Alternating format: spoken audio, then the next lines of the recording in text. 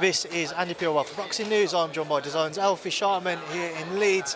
Alfie, you weren't out in Riyadh and you missed out on arguably one of the biggest fights for the last 25 years. Yes. Apart from that, how are you doing? I'm very well. I was very involved, but I was unable to go out due to alternative commitments that I couldn't move. Obviously, the fight was unfortunately shifted from February and moved to a weekend that I had away. But yeah, I'm very well. Great to be here. It's week after week, very busy as I said up there. So no, I'm very well, Andy. Yeah. Glad to hear it. Let's just start off with this fight before we do go back to the events of last week. A lot more calm and collected today. We've still got the weigh-in to go, where last time out it was very fiery. Was there any nerves on your behalf that something might kick off slightly? Well, there wasn't until I realised that I had the security guard literally about an inch away from me. But no, I mean, I kind of expected it to be a bit calmer, given that it's obviously the weigh-in tomorrow, which is these guys are professionals, so I imagine they're incredibly focused on getting there and may have some final pounds to shift before tomorrow. So I'm not. I think tomorrow will be fiery. Once they've both made the weight and the energy and adrenaline takes over, I think it'll probably be fiery. But I wasn't worried today. Surrounded by security, there was more security than there was people on the top table, so all good. Obviously, Alfie, last time we did an interview, we spoke about kind of the critics of fights being on pay-per-view. This one isn't. How difficult of a decision, how easy of a decision was it to eventually land this on the normal platform without a pay-per-view behind it? Well, I mean, it would be remiss to say it wasn't a difficult decision. I mean, difficult's the wrong word. It was a considered approach. Obviously, we're a business, and we had to analyse the commercial understanding. Obviously, the guys themselves, the fighters, need to make sure that everyone's comfortable. Obviously, our promoters, Matchroom, working with alternative broadcasters is obviously, and promoters is not a problem for us. So, however, when the change to the date happened because of Josh's injury, it perfectly slotted into this week. Obviously, after Garcia, after Canelo, after Fury-Usyk, which I think we can all agree are pay-per-view fights. We brought in huge numbers off those three fights, and now to have, certainly for the UK fans, but globally, one of the biggest domestic fights, if not the biggest domestic fight of the year, as part of your subscription, it increases that viewership. Inevitably, we're going to have tons of people watching over the weekend, so it's worked out very well for us.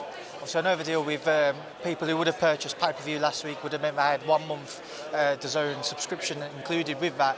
How many of those fans would you expect to see tune in to Saturday night?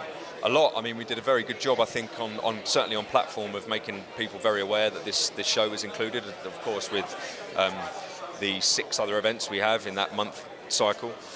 So I'd anticipate a lot. The Fury-Usyk audience is going to be vast. They're going to be casual fans in there. Josh and Jack's previous fight obviously took mainstream press, nationally and beyond, due to the obvious controversial outcome and kind of challenge that they had after the last fight. So I anticipate a lot of people will watch this weekend. Obviously, a big part of my job and the team's job is to ensure that everyone's acutely aware that the show is this weekend, which we're doing across our socials and our customer base. So, yeah, I'm very confident. I'm feeling really good about it, and I'm personally incredibly excited for the fight itself. Reflecting on an unbelievable week last week, ended with Alexander Usyk coming out on top against Tyson Fury. Just your initial reflections on the fight. I know you're not somebody to break down fights, but everybody's talking about it. I mean, I could break down the fight, but you and I could, maybe not in front of camera because it'll get a bit dry, but it was, do you know what, it was obviously always going to be a high quality fight. These are two elite, two of the best fighters in the world. But I was slightly, not concerned, but cognizant before that it may be a little bit of a game of chess, which it was, but the output was huge. Obviously, it's cagey start, a couple of rounds, I think, and then Tyson really stepped on, and Usyk kind of just went up to gear 4, gear 5, a bit like Man City do, I think, in a football analogy. Like you see him playing some people, and they're not playing very well, and then they just go into another gear. Usyk did that and was fantastic. Tyson obviously showed great spirit and powers of recovery, and laced some gloves on him in the later rounds. But congratulations to Alexander Usyk. I mean, it's nothing short of remarkable what he's done.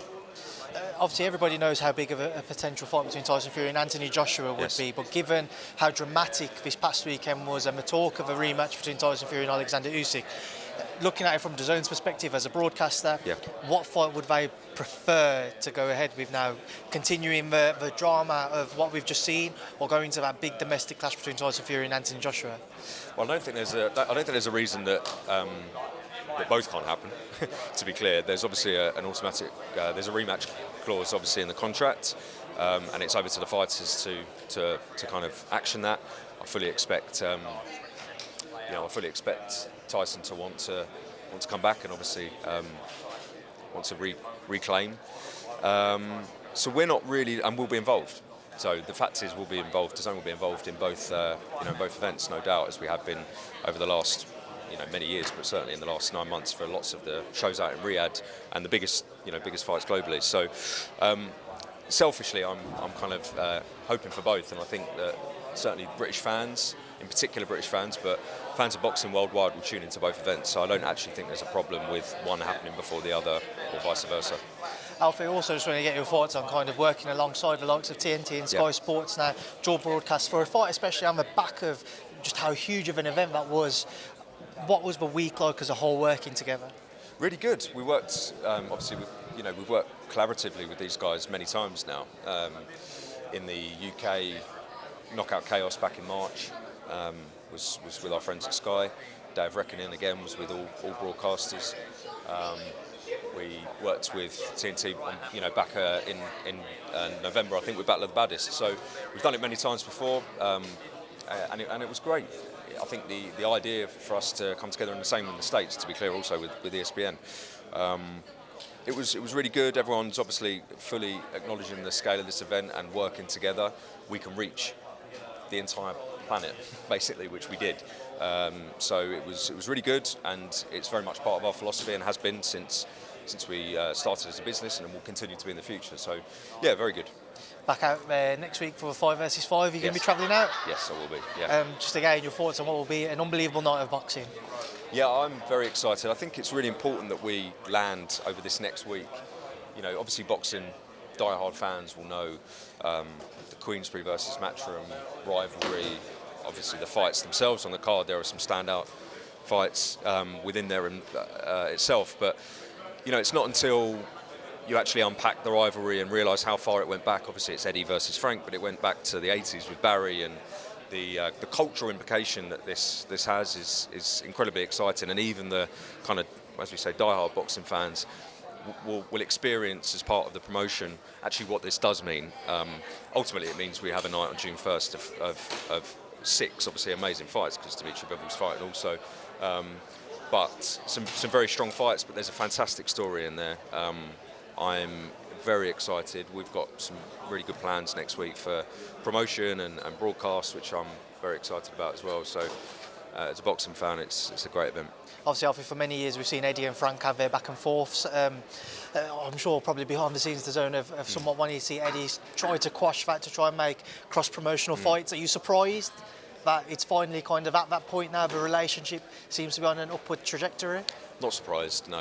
I think it's, I'll take a step back. We're producing a piece of content which is due to come out in the next couple of days. Check out DAZN's YouTube handle to watch. But it unpacks the whole rivalry, and it isn't personal between the two of them. It's very much they're just so focused on their own business, and there actually candidly wasn't a point where they necessarily needed to coexist to a degree. I mean, in terms of actually collaboration, they could coexist and both succeed, which is what they've obviously done. They've obviously had periods of time where one's technically been on top, I'd say, with their roster, and vice versa. So I'm not surprised, and obviously the team, the seller team, His Excellency bringing them together more formally for an event on June 1st is just is fantastic, and everyone's incredibly excited. Final one, Alfie, I just want to get your thoughts on everything surrounding Ryan Garcia. Obviously before that, since this came out about his 2 positive VADA tests, what's been your or DAZN's stance since hearing about everything?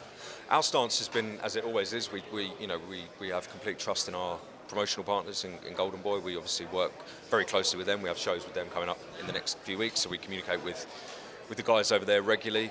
They handle that process with the fighter and the fighter's team, and obviously have his best interests at heart. So we kind of sit back and wait for the outcomes, as you guys will yourself, and obviously the public, and we act accordingly when the outcomes are found. So we'll continue to take that stance. Alfie, I appreciate your time. Enjoy Saturday night, and I'll see you soon. I'll see you there.